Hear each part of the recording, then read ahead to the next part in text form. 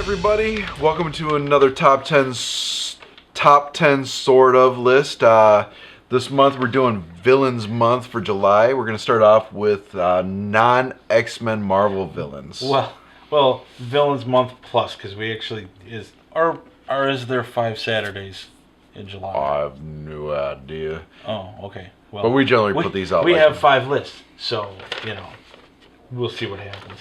Yeah. Anyway, Marvel. So my first villain is Doctor Doom, because you gotta love a guy that had his mask welded to his face. Whoops. Yes. You know you're dealing with somebody who doesn't give a fuck when he hits that point. Yeah. If he's like, "You there, monks, I want you to superheat this piece of metal and stick it to my fucking face." Was his face already fucked up at the point? I think it was like scarred up or something. And he was all like, "Yeah, fuck it." Yes, I will have my revenge on Richards. It's that. Well, that poor fucker's a little OCD. I mean, he stubs his toe and he's like, "Richards!" It's kind of like Republicans with Obama. Yeah. No, I like Doctor Doom. He's a cool villain. Does some serious mastermind shit. Right. Well, and his armor just looks tits. Yeah. That shit's cool. Yeah. Even the green cape. Right. My number 5 villain is not really a villain, but a group of villains or a species of villains. It's the Brood. Really? Because I put those in my X-Men list. Did you? Yeah, those are X-Men villains. Not really. They're a cross. I mean, they've done a couple of shots in the X-Men, but they're really more or less a ROM villain. The Dire Race and the Brood were both, I believe, invented for ROM, which was a toy line that they invented a comic book for. Right. But yeah, I mean, they've infected several different areas of the Marvel Universe. It just happens that they did a really cool series in the X-Men. Well, at least 2. Yeah. But yeah, I mean, they're basically aliens from the Alien film. Mm-hmm, the Xenomorphs. Yeah, the Xenomorphs. They infest creatures and turn them into members of the Brood. Yeah. But I really think they were at their best when they were up against the X-Men. Yeah. Because the second Brood invasion in the X-Men, where they actually infected mutants. Mm-hmm. So they were aliens with mutant superpowers. Yeah. Fuck yeah, that was great. But anyway, let's kind of keep this moving. Yep, number 4 for you. Loki, God of Mischief, and troublemaker extraordinaire. Yeah, and new popular kid on the block thanks to the Thor movies. Yeah. Well, girls get all moist about Tom Hiddleston, man. Yeah. Yeah, he definitely causes some serious issues. He's also the original bad guy for the very first Avengers comic. Yeah. Which, I thought was really cool how the movies actually kind of followed that storyline. A lot of people were like, "Why Loki?" And I was like, because Loki's the one who created the Avengers. Because Loki's the reason why the Avengers were created. It makes sense that he would be the... Yeah, absolutely. So yeah, Loki's cool. Your number 4? My number 4 is the Eater of Worlds, Galactus. Now, if you got a big fucker you want to fucking make people go about, you got Galactus. Yeah. Yeah. There are bigger and scarier in the Marvel U, but not many. Galactus is the only one that shows up on your doorstep and says, "Oh, I'd like to devour your planet." Then you go, "No," and he goes, "Well, then I need a herald." Right. Can I borrow a silver Ken doll? Yeah. I just like Galactus. People laugh at his design, but I've always liked his character design. Yeah. Oh, the giant papal happy hat. Yeah. Yeah. I've always thought it was kind of cool, and I like the fact that he's immortal, or damn near immortal. Yeah. I mean, we've only seen his skeleton a couple of times. So, but yeah, number 4 is Galactus. Number 3 for you, sir? Green Goblin. You know, The true quintessential classic, yeah. It's Spider-Man villain. well, yeah. Green Goblin is Spider-Man's Joker. Mm-hmm.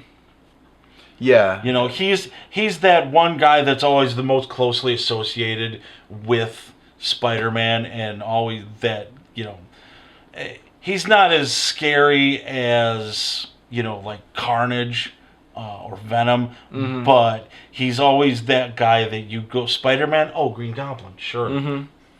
Yeah. He's not as dangerous, I don't think, as the Joker, but I think he might be more insane. Whereas the Joker's crazy, but it's based around chaos, and there's a little bit of, due to the fact that it is so based on chaos, there's a little bit more order to it. Right. It's more like Joker just doesn't give a fuck. Yeah. Whereas Green Goblin is like definitely mentally impaired. just a fucking nutbag, and he's out to wreck some shit. Yeah. You know, it's yeah, and he's like his insanity is focused on Spider-Man. All right. Do it. All right. Number 3 for me is Red Skull. All right. You know, I entirely just flaked that. Yeah, Red Skull. Very cool, neat presentation. You know, always give it up for a Nazi. Yeah. Yeah, if there's somebody you want to hate, if you need a Nazi. Yeah, well, if you need a villain, a good default position is always a Nazi. Because the Nazis sucked. Yeah, well, you know, villains. But yeah, I mean, he always came off as like a cool design, followed by an interesting bad guy. Yeah. You know? Yeah, he's visually very compelling and you know, scary looking. Yeah. He looks like somebody who's probably a bad fucking person. Mm-hmm. Number 2? My number 2 is the Canadian government. Look, those guys fucked with Logan so hard for so long. Yeah, the fucking Canadian government. I'm gonna go out on a limb here and say that the fictional Canadian government is a villain. But yeah, the Canadian government. I mean, they kidnap Wolverine, strap him in a tank in an underground facility, inject hot fucking metal onto his bones, and then think they're gonna fucking control him like a murder puppet. Mm-hmm. And you know, no matter which version of the story you believe, there's always that one thread. The Canadian government are kind of fucking pricks. And when that gets fucked up, they just try it again with a different prick. Yeah. Yeah. And well, at least, 10 other pricks? I don't know how many people went through the Weapon X programs. Because Weapon X was Weapon 10. It was just a Roman numeral. Mm-hmm. So, you know, like Deadpool was in the Weapon X project. And Weapon X was in the Weapon X project. And yeah. They Sabretooth. Yeah, they fucked with a lot of people to try to build a great weapon, which is really surprising because it's Canada. They're generally regarded as really nice, except when they're playing hockey. Yeah, but they were like, why can't we have a super soldier? I think it's like penis envy from America. I'm pretty sure that's what that comes down to. Your number 2. It's already been mentioned. Green Goblin. Oh, well, all right. Yeah, I've always liked Green Goblin. The physical aspect of him is, he's got a cool design. Once again, cool design, interesting character. Yeah.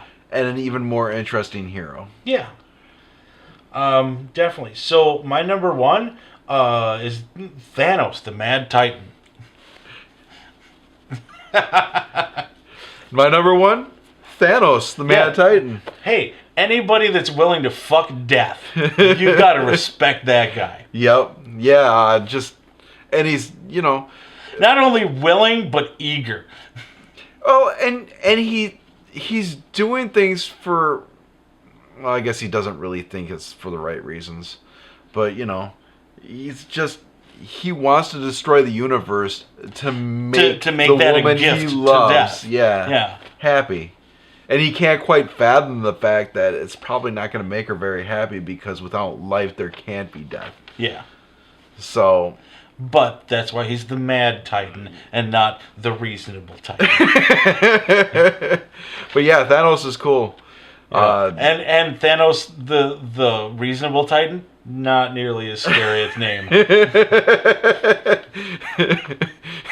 I agree. We shall let you live.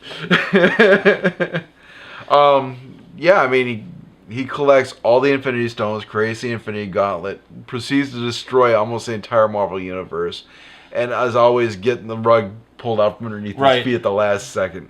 Well, and really, in the 90s, how many times did they go back to that fucking well? Yeah. You know, and now that they're doing Infinity Gauntlet in the movies, I'd imagine that shit's gonna go down again and again.